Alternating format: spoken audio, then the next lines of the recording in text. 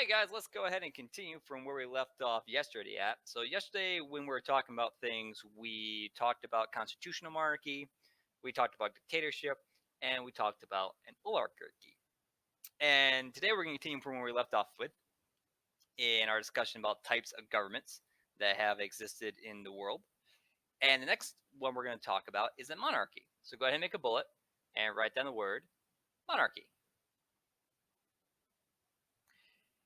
And a monarchy is when you have a king, queen, emperor, empress, and when they die, their children then become the next person in charge.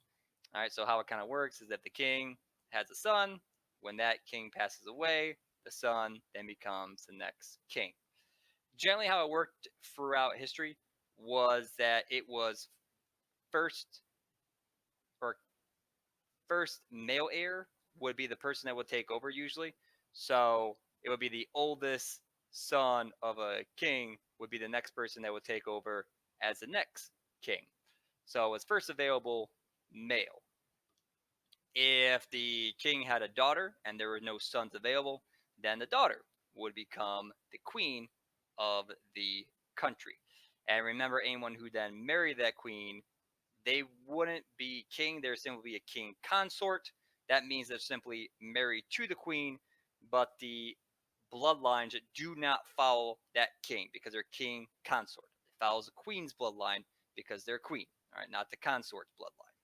So we talked about that as well before in the past. Go ahead and make a number one, if you would please, and go ahead and write down a monarchy has a king, queen, emperor, or empress.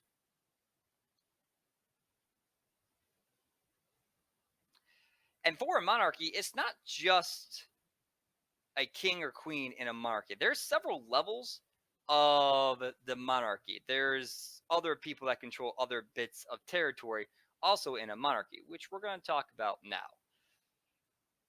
So what are the other levels I'm talking about? Well, they start off kind of small.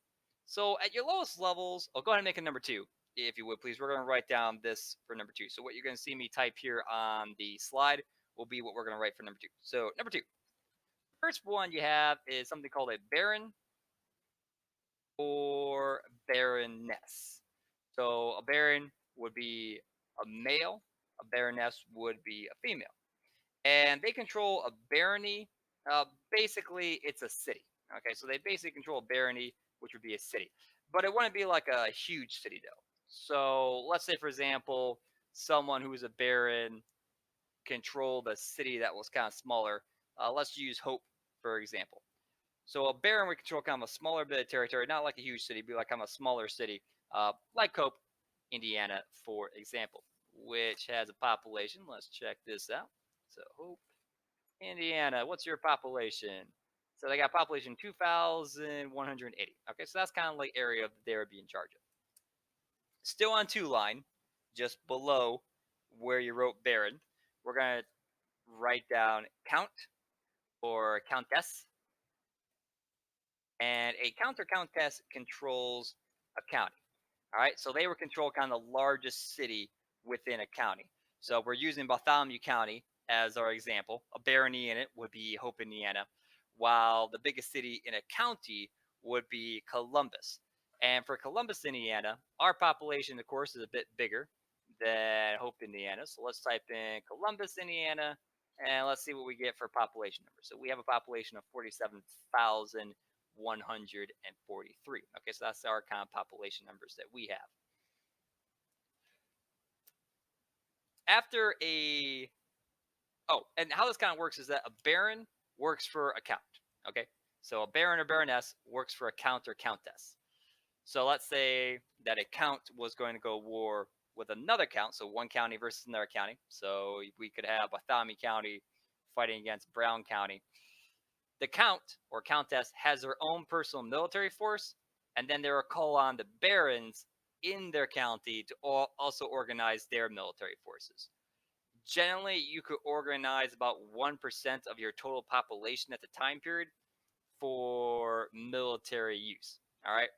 So that means that In Hope, Indiana, since they have about 2,000 people, that would be about 20,000 soldiers they could organize. Since Columbus's population is about 47,000, that means they could organize a military force of about 400. All right, so about 20 soldiers in Hope, Indiana, about 4,000 you could organize in Columbus, since you could generally at this time period organize about or you can organize about 1% of your total population. So you got Barron, controls the Barron in your city, generally kind of small, Hope, Indiana. Countess, which is called county, so it would be the biggest city within that county. So their personal territory would be like Columbus, okay? So yeah, they're being charged in entire county, and the people living within that county, but their own little personal territory would be the biggest city within that county. So they would have the largest military force within the county. All right. The next one you have is a duke, also called a duchess. And so Duke or Duchess, they would run something called a duchy. A duchy is basically like a state. Okay, so you got like a small city, then you got a county, and then they control the biggest city within that county. And you have a duchy, which would be the state, and then the duchy will then have control of the biggest city within that duchy. So instead of Indiana, the biggest city is Indianapolis.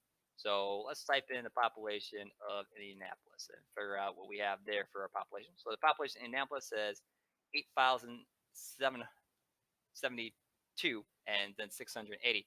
So if you took 1% of 8,700, or sorry, if you took 1% of 872,000, okay, so that would give you about a military force of, I believe that'd be 8,000 troops you would have there. Yeah, so that'd be a military force of 8,000 basically, or 8,726. Okay, so that's basically how it kind of worked out. So their military force would be quite big. So that's a Duke or Duchess. So they work for Downey. So again, if that duchy, state of Indiana, got in a war with another duchy, Illinois, for example, then the person in charge of the Indiana duchy would then call on their counts and their barons to then organize the military forces. So the duke would then call on the counts would then call on the barons, and so forth. And generally, a baron or count would give a percentage of their troops over to the duke or duchess in their war they're fighting against someone. So it wouldn't be like, hey, I'm a baron, I got 20 troops. Count, you can have all 20. It'd be like, no, count, you get to have maybe like 10 of my troops. Okay, so these people that were lower down the level wouldn't give their full amount of troops to the person that was above them. They would simply give them kind of a percentage of those soldiers. All right. So after a duke or justice, after a duchy, which would be like a state, then you have a king or a queen. So go ahead and write this down. This all goes on number 2 line. And they run a kingdom. So a king or queen runs a kingdom. A kingdom is like 2 or 3 duchies put together, generally make a kingdom.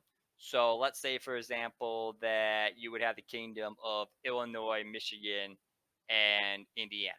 Okay, so you had those 3 places together made up the kingdom. And the biggest city within that kingdom would then be Chicago. Okay, so Chicago would then be the biggest city within that kingdom. And the population of Chicago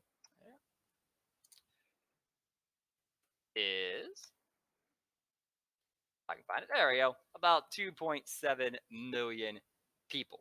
So there would be organized a military force of about 200,000. So we said for Indianapolis, it'd be like 80-ish thousand. Sorry, it'd be like 87,000 for Chicago. It'd be like 270,000 troops. All right. So their own personal force would be quite huge. And again, then they can call on people on the lower levels to add in troops as well. Now, there's one more thing above our king or queen, and that's an emperor or an empress. They are at the very top, and they run an empire.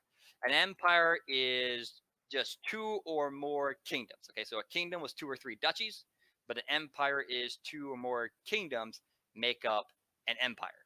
And an empire is, there's nothing beyond an empire. So empire is the biggest size you can be. So let's say that we'll use United States as our example of an empire. So all those kingdoms there, are Indiana, Michigan, Illinois kingdom that we just made up there. Let's say that was part of a larger empire. So the biggest city within the empire, we'll just use the United States, would be New York. So what's New York's population? So then New York's population is 8.6 million. So that would be about 860,000 troops that that person would be able to organize. And then, of course, they could call down on their lower level. So if our empire of the American Empire got in a war with another empire, then the person that was the emperor empress would then call on the king or queen of the nation to organize the military forces. And again, they would give them a certain percentage of their forces. All right. So even though you would have even though you have Chicago, which would be the kind of queendom that we kind of set up, even though Chicago would be able to organize, 200,000 troops, they were probably going to give like 100,000 to the emperor empress that they're fighting war against in their empire. All right, so that was all for number two. So make sure you have this all written down for number two.